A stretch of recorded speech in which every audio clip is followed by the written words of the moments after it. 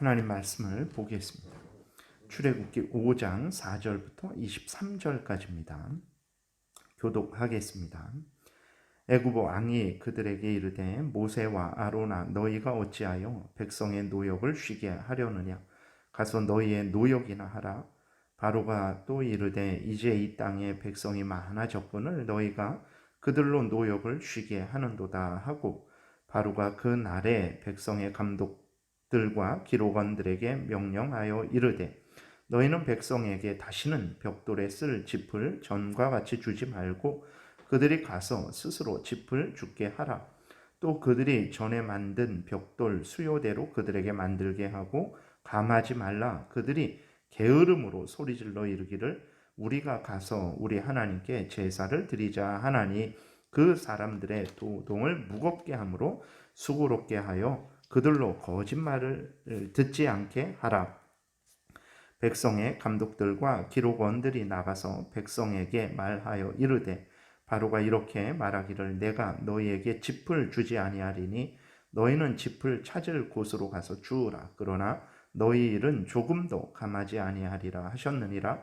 백성이 애굽 온 땅에 흩어져 곡초 그루터기를 거두어다가 짚을 대신하니 감독들이 그들을 독촉하여 이르되 너희는 짚이 있을 때와 같이 그 날의 일을 그 날에 마치라 하며 바로의 감독들이 자기들이 세운 바 이스라엘 자손의 기록원들을 때리며 이르되 너희가 어찌하여 어제와 오늘에 만드는 벽돌의 수요를 전과 같이 채우지 아니하였느냐 하니라. 이스라엘 자손의 기록원들이 가서 바로에게 호소하여 이르되 왕은 어찌하여 당신의 종들에게 이같이 하시나이까?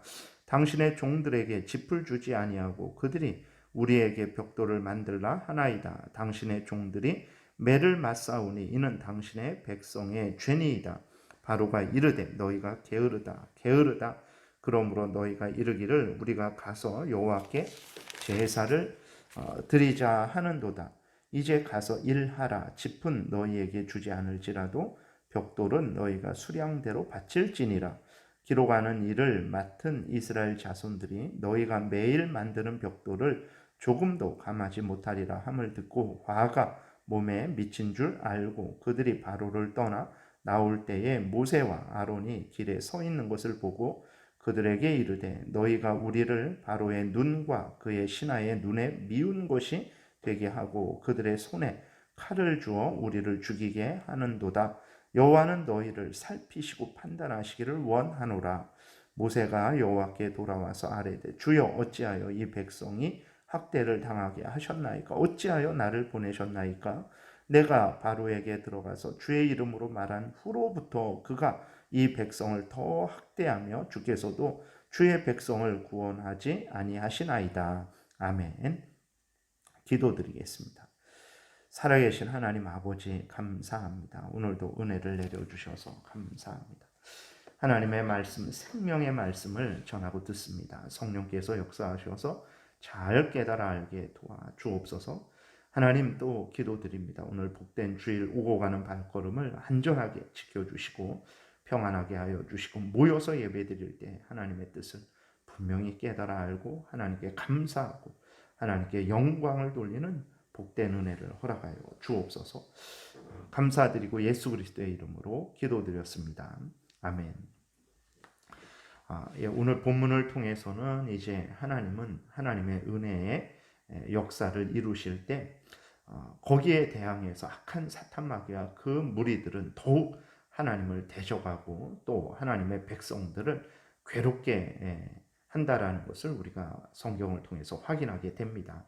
그래서 이제 악한 사탄 마귀와 그 무리들이 의도하는 것은 이제 하나님을 멀리하게 하고 하나님이 이루시는 구원의 역사를 거절하게 하는 것이죠.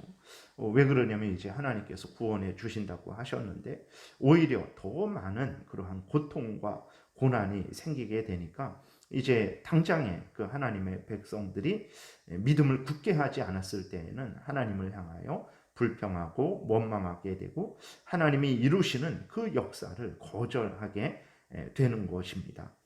하나님께서 바로에게 이스라엘 백성들을 보내라고 하셨을 때 바로 왕은 하나님의 명령을 조롱했어요. 하나님을 조롱했습니다. 그리고 교묘한 계략을 세웁니다. 그것은 이제 이스라엘 백성들을 더욱 괴롭게 하는 것입니다. 이스라엘 백성들이 괴롭고 고된 일을 함으로 인해서 하나님을 생각하지 못하게 하고 하나님의 그 구원의 역사를 요구하지 못하게 하고 또 모세와 아론을 향해서 원망하고 불평하고 그래서 모세와 아론을 향해 적대적으로 만들고자 했던 것입니다. 바로 왕은 이제 이스라엘 백성들에게 벽돌을 만들게 했었는데 이 벽돌을 만들 때 사용하는 짚을 주지 않습니다. 그리고 어떻게 하냐면 이스라엘 백성들이 스스로 구해서 만들게 하는 거예요. 그러니까 기존처럼 벽돌도 만들어야 되고 그 만들 재료도 구해야 하니까 이스라엘 백성들의 일이 2배로 늘어난 거예요. 또 예전처럼 일을 하지 못한 이스라엘 백성들은 어떻게 하냐면 애굽 사람들로부터 몇 가지 맞는 그러한 고통을 당한 것을 보게 됩니다. 이스라엘 백성들은 깜짝 놀랐습니다. 그래서 이것이 무슨 일인지 이제 물었죠. 그랬더니 이제 그 백성의 감독들과 기록원들이 말하기를 이제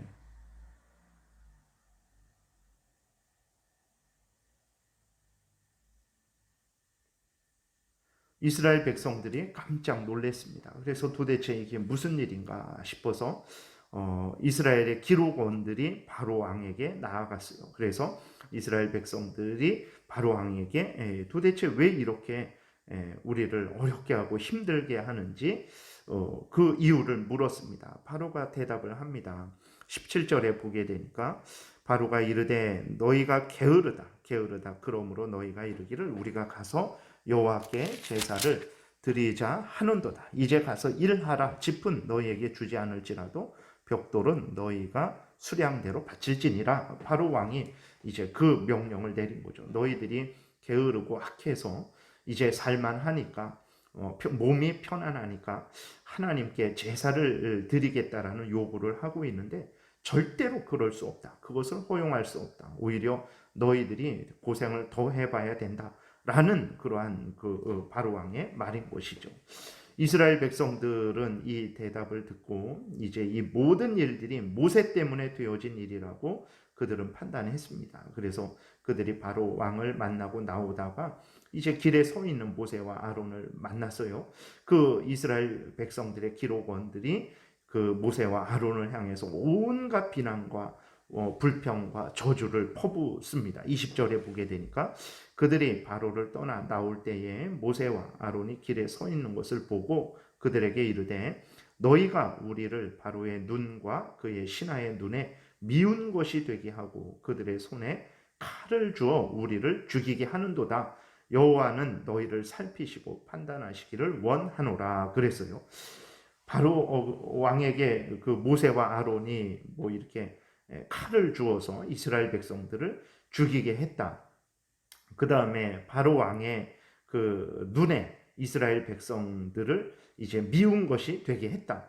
그러지 않죠. 모세와 아론은 하나님의 명령을 따라서 이스라엘 백성들을 구원하시기 위해서 목숨을 걸고 애굽에 온 거죠. 그리고 바로 왕을 만난 거예요. 이스라엘 백성들을 위해서 일을 한 것입니다. 그 이스라엘 백성들이 고통을 당하고 고난을 당한 것은 모세와 아론 때문이 아니라 바로의 강팍한 마음 때문에 하나님을 멸시하고 또 하나님의 명령을 조롱하는 그 사악한 바로 때문에 그런 것인데 이스라엘 백성들은 그 모든 책임을 모세와 아론에게 돌리는 거예요. 참으로 어리석은 것이죠. 사탄의 계략은 일단 성공을 했어요. 우리는 여기서 참 이스라엘 백성들의 어리석음을 발견을 하게 돼요. 모세가 애굽으로 돌아온 것은 이스라엘 백성들을 구원하시려는 하나님의 뜻을 행하기 위해서입니다. 자신의 모든 것을 버리고 하나님의 그 명령을 따라서 애굽에 들어온 그 모세를 저주하고 그렇게 모독하고 비난하는 것은 참으로 어리석은 일인데도 불구하고 이스라엘 백성들은 서슴지 않고 모세를 향해서 그 모든 책임을 돌렸어요. 그리고 이스라엘 백성들의 탐욕도 보게 됩니다. 하나님의 구원을 얻기 위해서는 조금 더 희생하려 하고 하지 않는 그러한 탐욕적인 모습을 발견하게 되는 거예요. 하나님께서 애굽에서 건지시고자 하실 때에 하나님께서 하나님의 뜻 가운데 어려움을 당하게 하실 수도 있는 거예요. 그런데도 불구하고 그 하나님의 뜻은 전혀 생각하지 않고, 또 하나님이 이루시는 그 큰 구원은 전혀 생각하지도 않고 지금 당장 작은 어려움을 당하게 되니까 그 어려움 때문에 하나님을 향하여 불평하고 원망하고, 또 모세를, 하나님의 일꾼인 모세를 향하여 불평하고 원망하는, 그 자기에게 있어서는 그 작은 그 이득조차도 절대로 잃어버리지 않으려고 하는 그러한 탐욕을 품고 있는 것을 우리는 또 확인하게 되죠. 오늘날 우리도 마찬가지로 조심해야 됩니다. 하나님이 우리를 인도해 가시는 그러한 과정 중에 때로는 우리가 누리고 있는 여러 가지들을 더 이상 누리지 못하게 하실 때가 종종 있습니다. 하나님께서 그렇게 역사하실 때 우리는 하나님이 우리를 구원하시는 큰 구원을 보고, 큰 은혜를 보고, 우리의 삶 속에서 어떤 그 작은 것을 잃어버리는 것이 있을지라도, 또 때로는 더 큰 새로운 고난을 당할지라도 견디고 인내해야 되는 거예요.